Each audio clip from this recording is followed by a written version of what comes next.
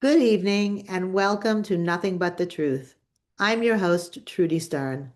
We're now entering a very different phase with the conflict with Iran, and the bombs have largely stopped. But make no mistake, this war is not over. It has simply evolved.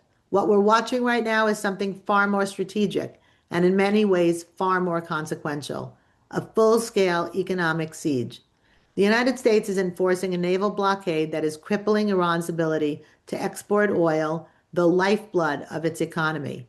Its currency is collapsing, inflation is surging, and inside Iran, the pressure is building in ways that may ultimately matter more than any single military strike.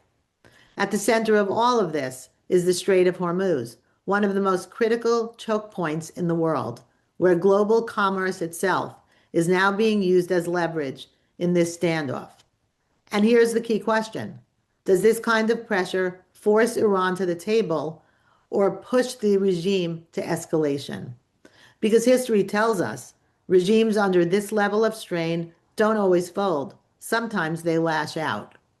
So tonight, we're going to step back and understand exactly where things stand, what's really driving decisions on both sides, and what comes next in a conflict that is no longer just about weapons, but about endurance, leverage, and ultimately survival. To help us break down all of this, where we are, what it means, and what comes next, we're joined once again by someone our listeners know and trust. Jonathan Schanzer is the executive director of the Federation for Defense of Democracies, one of Washington's leading national security think tanks focused on foreign policy and global threats. He's a former terrorism finance analyst at the U.S. Treasury Department, where he tracked how regimes like Iran fund and sustain their operations, giving him a unique lens into exactly the kind of economic pressure campaign we're seeing play out right now. Jonathan is also a frequent voice across major media and a trusted advisor to policymakers on Middle East strategy, Iran, and the broader network of regional threats. And importantly for this moment, he's been closely tracking not just the military side of this conflict, but the economic and strategic pressure that is now defining it. Jonathan, welcome back to Nothing But the Truth. We cannot thank you enough for coming on time and time again to help us work through these very complicated situations. Thanks, Trudy. Good to be with you. So, walk us through what's going on. We hear now all about this blockade and how the economy in Iran is crushing and falling apart. What is that? What can you explain that to us? Sure. I think first things that folks need to understand is that the military operations are not entirely over. In fact, we're hearing right now that Donald Trump may choose to attack certain specific targets to further weaken the regime in ways that feel maybe more significant or consequential. But we have definitely reached a point of diminishing returns. And by that, I mean, we have these weapons that are incredibly expensive. I mean, we've spent something like $25 billion in waging this military campaign. And when you're dropping two, three, $5 million munitions, you better hit something that's worth it, right? It really does need to have value for the regime, either economically or militarily. And I think that after 40 days of fighting, I think we're starting to run out. It doesn't mean that there aren't things that we could still hit, but I think there is just a sense on the part of Donald Trump and Pete Hegseth and others that are making the decisions here that we needed to pivot. And I think I don't want to say fortunately, but as it happens, the Iranian regime had already pivoted, right? What they basically understood is they lost the war from a conventional sense, the kinetic war. They could not beat the United States and Israel, the best air force in the world and the best air force in the Middle East, teaming up for a joint operation that just absolutely destroyed the regime's or rather military power. And so what the regime did is, as we all know, they began to target ships in the Strait of Hormuz. Strait of Hormuz is really important because it is the transit point, the choke point for something like 20% of the world's oil. right? A full one-fifth of all the energy that is dispersed around the world travels through there. Now, for folks that are worried about whether we're going to get oil at home, we don't need it. It's really the Europeans and it's East Asia and a few other places that are really extremely dependent on Iranian oil. We have our own sources, including from our own, from our own energy companies that produce here at home. But what is happening right now is, Trump reached that ceasefire, that first ceasefire before he extended it. And I think he took stock and he began to realize, okay, the Iranian regime, they're actually waging economic war, asymmetric economic war against the United States, but also the rest of the world. And Trump needed to figure out how to respond in kind. So he said, okay, well, fine, you're going to wage war, economic war against us. We're going to do it against you. And we now have this blockade, this siege on all the Iranian ports. But I think folks need to understand a few things. Number one, yes, you mentioned it's the lifeblood of the economy. It's something like 90% of Iranian cash comes from the sale of oil and petroleum products. At some point soon, if they're not able to sell oil and if they're not able to get rid of it, they're going to have to cap their wells, which means that this very decrepit and sensitive infrastructure could actually begin to buckle and break. And that is extremely harmful for the regime. This has an enormous potential impact. Now, apart from the potential impact, there is the actual impact, which is about 400, maybe 430 million dollars a day. Sorry, million dollars, $430 million is what we're depriving of the regime daily right now by keeping this siege on. And that's going to add up really quickly. So they're losing money already in terms of income. They may lose more money in terms of infrastructure. And then on top of that, the Trump administration is slapping more sanctions on the regime, so blocking more of their important economic players from the global economy. We can block their banks. We can impose more tariffs. We can strike targets that are meaningful economically. The Israelis, for example, took out several petrochemical plants, which basically destroyed $20 billion in petrochemical sales per year. And so you get a sense right now that the damage is just adding up. Something like $420 billion in assets, military and economic, have already been destroyed in this war. That is the Iranian GDP, the amount that they bring in per year. So you get a sense of what's happening here. They cannot sustain this over the long haul. Now, I do think China and Russia may be able to help them bridge the gap, and they may find other ways of moving money around through, sanctions busters and illicit networks. But I think they're in big, big trouble. And I think if the Trump administration is able to stay patient here, I think we could begin to see the collapse of this regime through the combination of military and economic pressure. Well, China depends on this region for oil, for Iran for oil. So China probably will be stepping up in some way to help them out, I would think. Would you think so? So, I mean, we have seen them help in some ways already. Right? I mean, they have stepped up and they've been providing chemical precursors for their missiles and motors for their drones and intelligence to try to target American bases and things like that. What is interesting, though, is all right, first, you didn't understand when the Chinese were buying Iranian oil, they were buying it at a massive discount. This was sanctioned oil, which meant nobody wanted to touch it. Right? It was sort of toxic economically. No normal country would want to do this, but China, being the second or first largest economy in the world, they're kind of like, yeah, we don't care. We can do this. And so they were getting they were spending 70 cents on the dollar. They're getting a 30% discount on this oil. So now what's happened, it's pretty interesting, right? That oil, because it's being blocked by the United States, it's not getting brought to market. It means that not only are the Chinese not getting that 30% discount, they're not spending 70 cents on the dollar, they're now spending whatever we're at, like $1.30 on what the normal amount would be, right?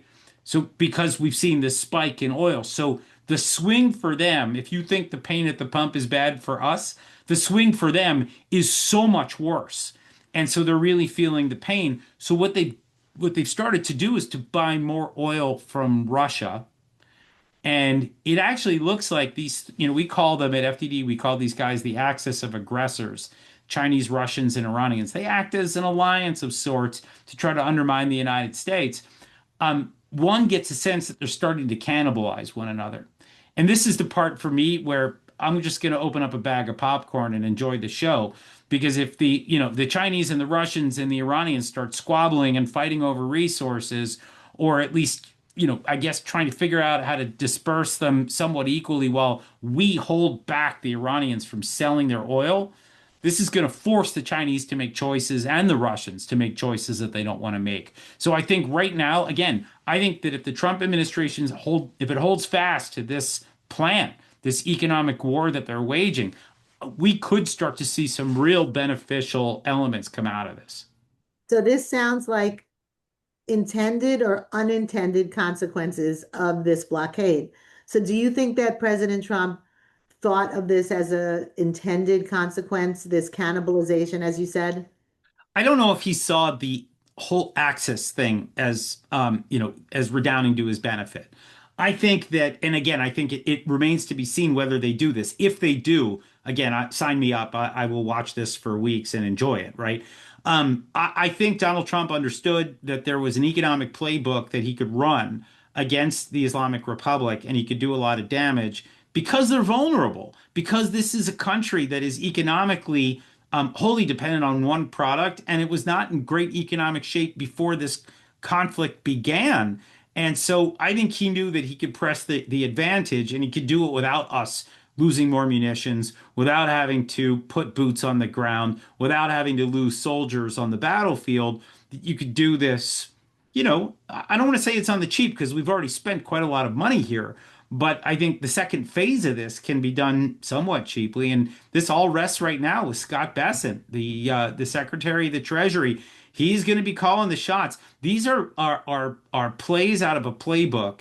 And just to be clear, we've been doing this now for about 25 years. I joined the Treasury very early on after we started this new division. It's called TFI, Terrorism and Financial Intelligence.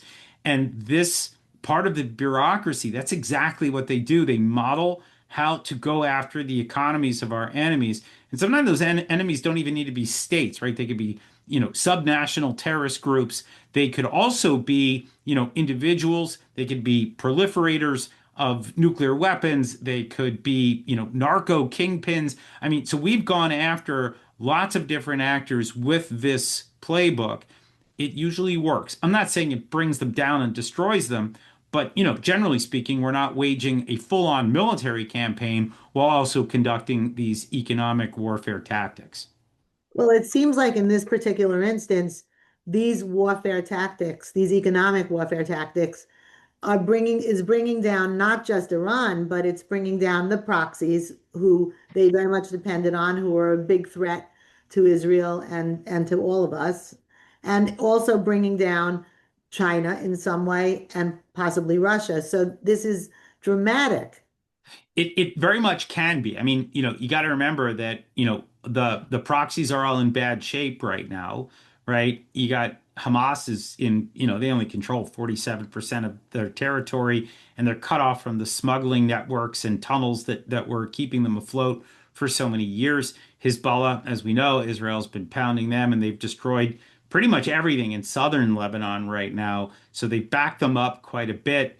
I don't think they're done, and that's, I think, probably an operation that needs to resume. But yeah, they're in bad shape, and they've lost a lot of assets.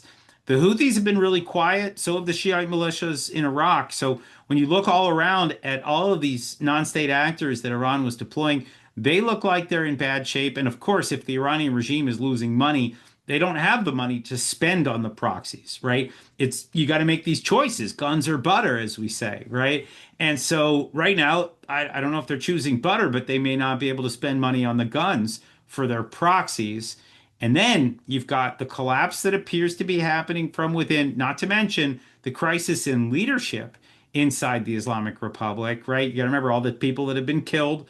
And there's a lot of confusion about who the new leaders are and what their roles are and who's got the lead in the negotiations. So there's a lot of confusion there. And then you've got this question of, whether Russia and China are feeling it.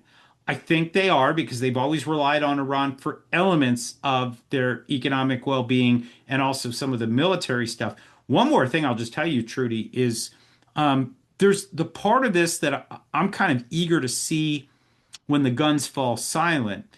The Gulf states, right? The Saudis, the Emiratis, the Kuwaitis, they've been watching, right? The Islamic Republic's been hitting them with missiles and drones, and they've been just getting hammered by the Islamic Republic. And they know that the Iranians, or rather, or that the Iranians were getting help from the Chinese. They knew that the Chinese were giving them, missile chemicals, precursors. They knew that the Chinese were giving them motors for their drones and intelligence, and that some of these Chinese vessels were going in and out of the Strait of Hormuz without a problem. In other words, the Chinese were allies to the wrong people. If you're an Arab state and you're looking at this and you're saying, okay, up until now, we've been playing it down the middle. We worked with both sides of what we call great power competition. The Chinese and the United States, they're rivals. And the Arabs are saying, all right, we're not going to pick a side. When this war is over, after all the accounting's done, and the Arabs look at who was helping Iran, I've got to imagine that they're going to start to change their perspective on whether the Iranians are a partner, or sorry, whether the Chinese are a partner. And that's where I think it's going to get interesting because this could hurt China well afterwards if the Arabs say, you know what, you're no longer a partner for us with energy, or we're going to downgrade our relationship with you because of what you've done during this war. That's where it could really hurt China long term. And again, if that's the way this thing plays out, this is longer term economic warfare that we don't even have to wage. So again, pass the popcorn. It is really incredible. So we've seen now in the past, I would say, couple of years since 10/7, that war has taken such a different shape. Now we have to consider cyber warfare. We have to consider economic warfare, you say, has been around for a long time, but we haven't seen it so much, so visible. Whereas here we're really seeing these different um, types of warfare play out where you don't need to have boots on the ground, as you said, but these are very effective tools of war. They can be if wielded properly, and you stick to it. You can't do it one day and then remove it the next. I mean, I was actually a little bit unhappy in the early goings because Donald Trump he unsanctioned Iranian oil for a short period of time because he was trying to get more oil out onto the market. So he's letting the Iranians sell some oil in the early days of their siege on the Strait of Hormuz. That's a mistake. And I think that's a really good example of when you run out of patience and you do something that's a little bit more short-term gain versus this, which is, I think, more medium term. And so Donald Trump has, again, he's got a playbook. And Scott Bessent and his team over at the Treasury are the people that should be calling the shots right now. Doesn't mean that there can't be kinetic strikes that Pete Hegseth orders from the Department of War. But it does mean that if we're doing the economic warfare thing, let's do it and let's do it the right way. But you mentioned cyber. Yes, I got to tell you, there's been a cyber war that's been happening the entire time. You got the Iranians. They're sort of a mid-size cyber power. The United States has quite a bit more to bring to bear. The Chinese are obviously they're big in this space. The Russians are big in this space. The Israelis are big in this space. So there has been an enormous amount of cyber activity, much of which we probably won't ever hear about, some that we might. You hear about some of these hacker groups that are kind of more organic and grassroots. Maybe they're funded by the state, maybe they're not, but they've been active as well. But so this is, we talk about this multi-front war, and we've been talking about it now for 2.5 years, that it was the seven front war that Israel was fighting. Then the United States gets in. Now you got China and Russia in there. The Qataris are in there. The Turks are in there. You got lawfare here in the United States. You got the battle for the media here in the United States. And you've got now economic war and cyber war. and that doesn't even get into all the other countries that have been impacted by this war, like the Saudis and the Emiratis, and the Kuwaitis and the Qataris, and the list goes on and on. You get a sense this is truly a global conflict. Then you add in how the oil prices are impacting everything, right? All around the world. This is a global war. It's not World War III, but this is significant in the way that it is now spreading. People are feeling this across the globe. And I think a lot of people are hoping that Donald Trump is able to wrap this up quickly. My guess is that it doesn't happen in a couple of days or a couple of weeks, but that this economic campaign could help us reach an endpoint sooner. Again, if Donald Trump just sticks to the playbook. So do you think that Donald Trump is trying to delay a little bit so that the United States can build up more of a presence in the area? And at the same time, do you think the Iranians are not negotiating fairly because they're also delaying so that they can build up more? Like this is just a waiting period so that Yeah, I mean, both I sides think become it's stronger. a good yeah, it's a good question. I think again, I think the thing that's driving Donald Trump is that bombing the regime into submission is probably not going to happen. I think he probably understands that, and the idea of dropping more bombs at the level that we were, it's just not appealing to anybody right now. So we've gone into a different, a different phase of the war. I would call this phase two, right? Phase one was the kinetic stuff. Phase two is going to be the economic one. We don't know how long this lasts. For sure, the Iranian regime is trying to buy time. They lost the kinetic war. They did. I mean, they couldn't fight back in any real way other than just trying to bomb everybody else, not even the people that were waging war against them. I mean, they were bombing their weak neighbors in an effort to try to get the United States to stop, right? Because they thought maybe we would be so afraid that Saudi Arabia would get hit that, maybe we'd stop waging war against them. Then they chose the Strait of Hormuz. They are definitely playing for time. They want to survive more than anything else, and they're hoping that maybe they can build back up with some of their missile stores or their air defenses or any of the other things that they need, which maybe they'll get from China and Russia, maybe they won't. But what I would say is we need to just watch this war play. It just needs to play itself out. I think everybody that I talk to in this country, for sure, everybody seems to just think that wars end because you overpower your enemy. I like to remind people that we've not had an enemy surrender to the United States since the Japanese lost World War II. They're just nobody does it anymore. That's not how this goes. Even when you lose, you try to pretend that you win. That's what Hamas has been doing for years, right? Standing on top of rubble, saying that you won because there's three guys left with a Kalashnikov. This is what has happened in multiple places around the Middle East in particular. And so we need to be a little patient here and we need to let this thing play out. I still think that there's a chance that the Islamic Republic collapses. I do think that's possible. But even if it doesn't, and the regime ends up extremely weak with totally different leaders, no nuclear program, a weakened missile program, no air defenses, that's a win too. It's just probably not going to scratch the itch in the way that a surrender would or a collapse of the regime. And this is the fork in the road where we are right now. And Donald Trump, again, if he sticks to the plan, he may get the best of those options. He just needs to have a little patience. So you brought this up. So let's just get into this a little deeper. Stepping back, President Trump outlined three core goals for this war: eliminating Iran's ballistic missile capabilities, its nuclear program, and its network of proxies. So, where do we stand today with regard to those goals? We're better all across the board. The nuclear program is I mean, it's in disarray, if not severely degraded. I think it's probably the latter. There is this question of 440 kilograms, about 1,000 pounds of 60% enriched uranium that is sitting somewhere in an underground facility that was bombed during the 12-day war. in 2025. Nobody really controls that. And so it's causing some anxiety, but it doesn't mean that the Iranians have a nuclear program.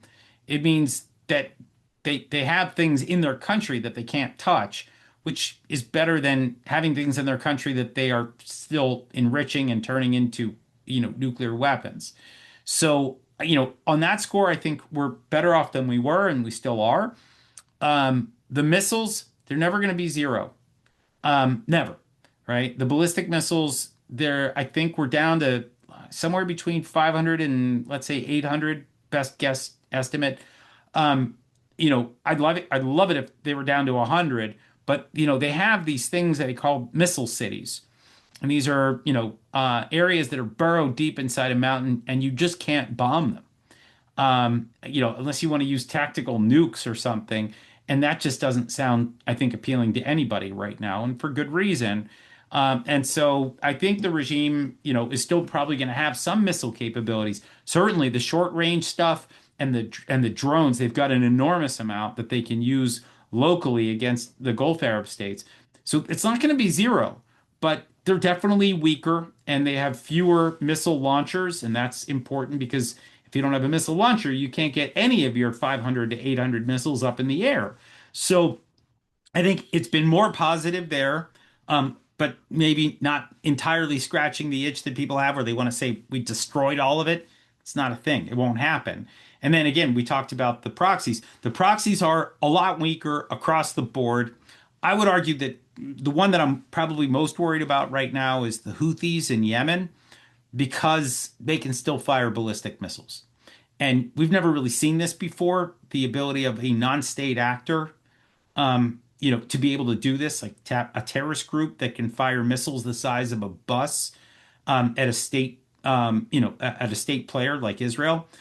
It's a challenge. So, I don't want to paint too rosy of a picture here. There's still a lot of work to be done, but that work can be shortcut significantly if we collapse the regime. If you collapse the regime, you don't have a problem. The regime is the big problem here. Everything else is, I would say, a symptom of that regime.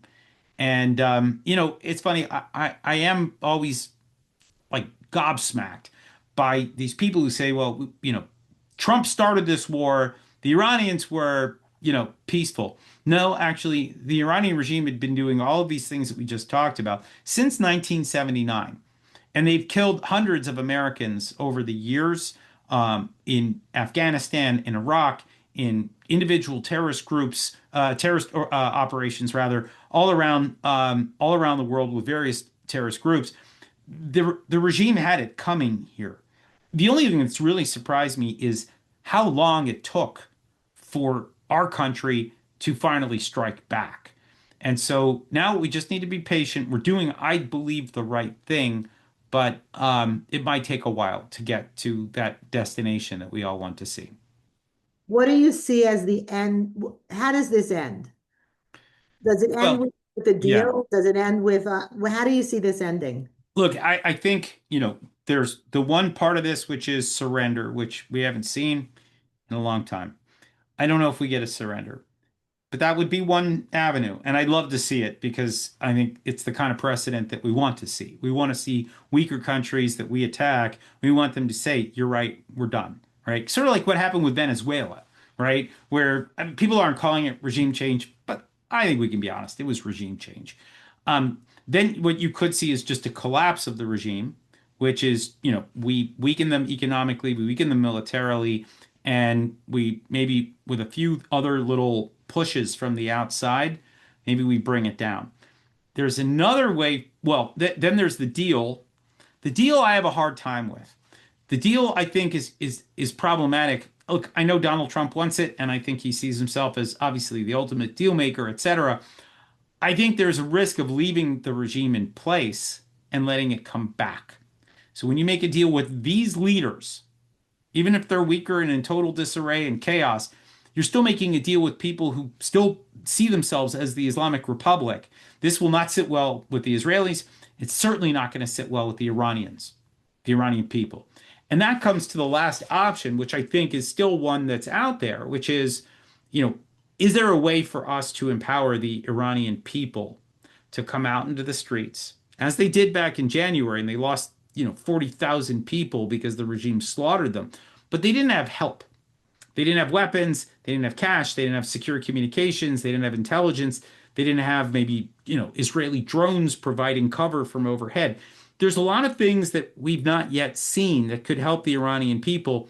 There's a large core of people out there, analysts of this space, that believe that the only way that we really get to a satisfactory end here, short of just a collapse of the regime, is to have the people of Iran come out in a unified way and to end the regime by force and by popular demand.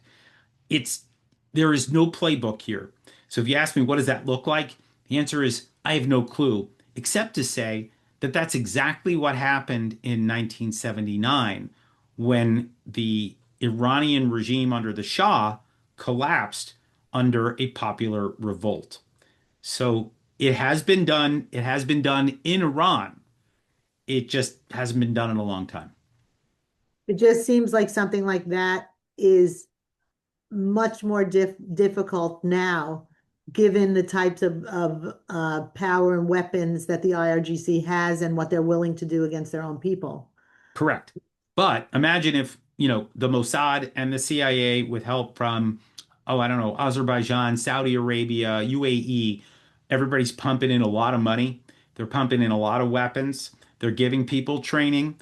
They're giving people the sort of the understanding of where the regime is located so that they can circumvent the crackdowns. And imagine if the Israelis put drones inside the country to attack those that might try to attack the protesters. We would call that close air support. This is all, of course, theoretical because I don't know what the Mossad has in mind. I don't know what the CIA and the Mossad have cooked up together. We know that David Barnea, the head of the Mossad, had come to the United States on more than one occasion leading up to this war. Was he just talking about, where the regime was and where the cracks were and what could be done to target the supreme leader and others? Or were they talking about a phase three of this war, which again would be fascinating to see? So again, phase one was kinetics, phase two is the economics, and maybe there's a phase three. Wow. That you have given us a lot to think about here. I think with regard to regime change and the collapse of the regime and the Iranian people themselves rising up, I think that really will take a lot of time. I don't think they're organized. They don't have the training. They don't have the arms. Even if we were to have begun that process 6 months ago, I don't know, is that enough time to actually create a population that can do that? It seems like a tight time frame from, if you ask me, because to get somebody trained up on weapons, even light arms, takes some doing. Not to mention something more meaningful than that. And so there's a lot I think that is still unknown. But when you talk to the Iranians, the Iranian diaspora here particularly, they talk about exactly this. They talk about empowering the people to take back their country. They may be shortcutting a few things when they talk about that. And I certainly don't hear a lot of specifics as it relates to plans. But then again, I'm not supposed to hear those plans. I shouldn't be hearing those plans, right? None of us on the outside of the intelligence community should know about those plans. So hopefully they've been in place for a while. It didn't look like they were ready back in, the earlier part of this year when those crackdowns came. They did not look like they were ready to tangle with the regime. But who knows? Wars like this may have a way of motivating that population, and Lord knows they have suffered now since 1979. That is no joke. 47 years of suffering here. I would love nothing more than to see them retake their country. I would too, and that would be a really tremendous outcome.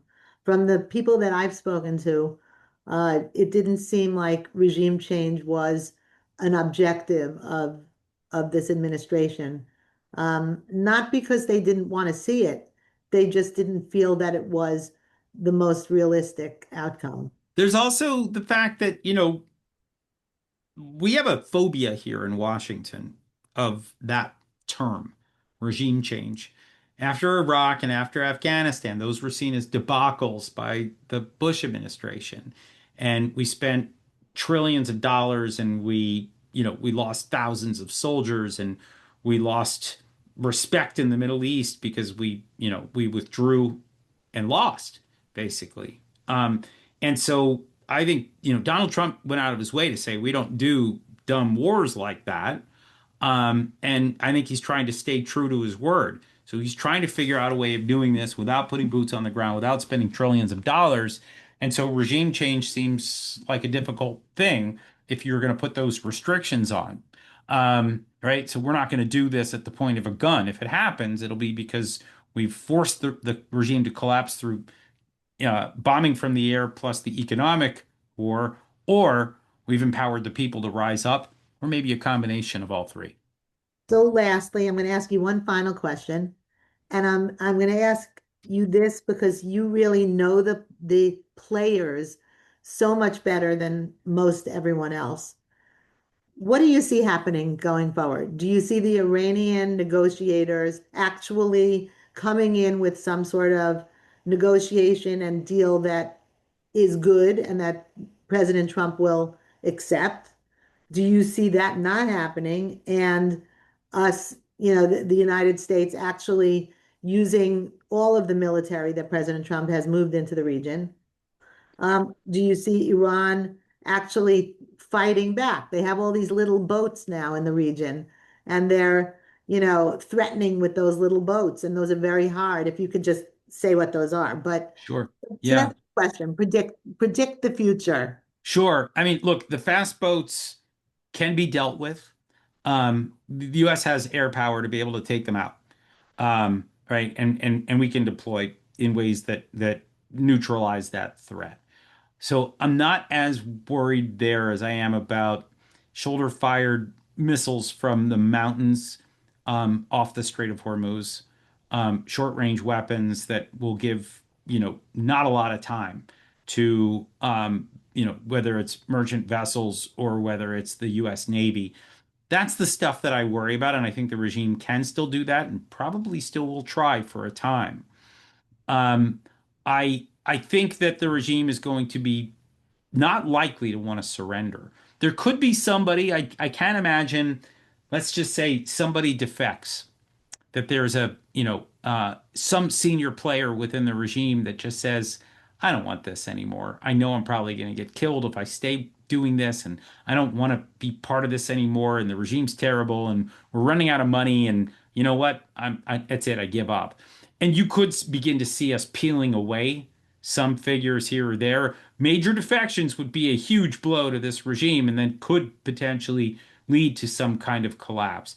So I would track that. But I think the likelihood, if you ask me where I'd put my money right now, if I were doing this on Poly Market or something, which I don't, but maybe it'd be kind of fun. I don't know. But I think the regime tries to hold on.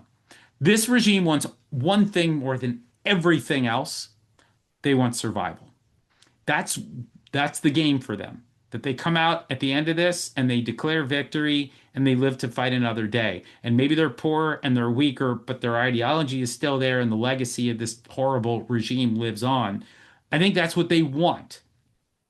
But this is a test of wills now. It really is, right? This is a game of chicken of sorts.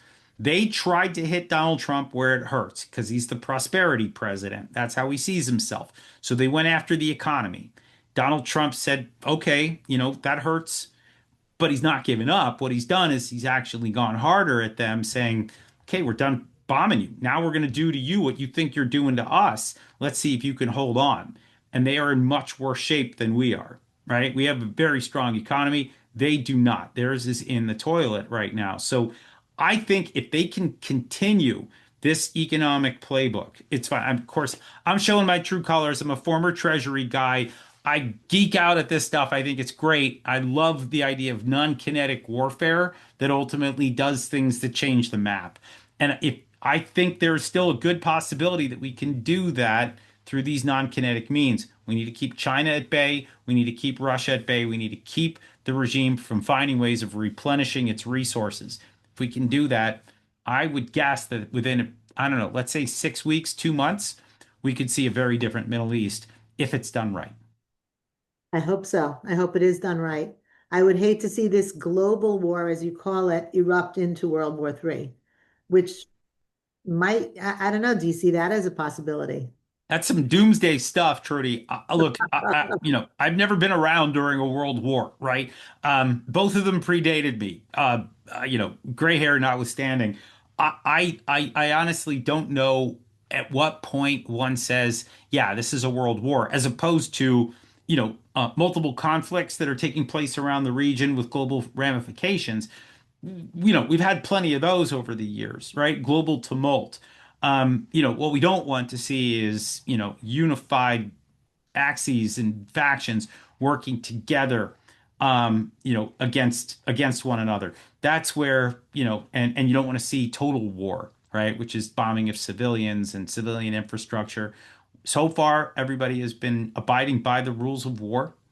That's a good thing. Well, actually, the Iranians aren't, but everybody else, they seem to be for now. Well, thank you so much for coming on once again, Jonathan, and giving our listeners the opportunity to hear from the real expert what's happening on the ground and really just helping us work through this very complex issue. Tough stuff. Happy to help. Very tough.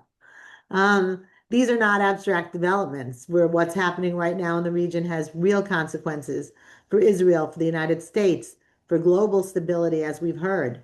The decisions being made in the coming days and weeks can shape the balance of power in the Middle East forever and for years to come. Jonathan, again, we are so grateful for you for continuing to join us as our resident expert for helping break down this in a way that truly informs us and equips us all to understand what's at stake. So again, Jonathan, thank you so much. Thank you. To our listeners, thank you for joining us. This has been Nothing But the Truth with Trudy Stern. You can catch us every Thursday at 9:30 p.m. on the radio, but if you've missed any part of this show or you want to listen to any of our episodes, you can find Nothing But the Truth wherever you get your podcasts. Until next time, stay strong, stay informed, and keep seeking nothing but the truth.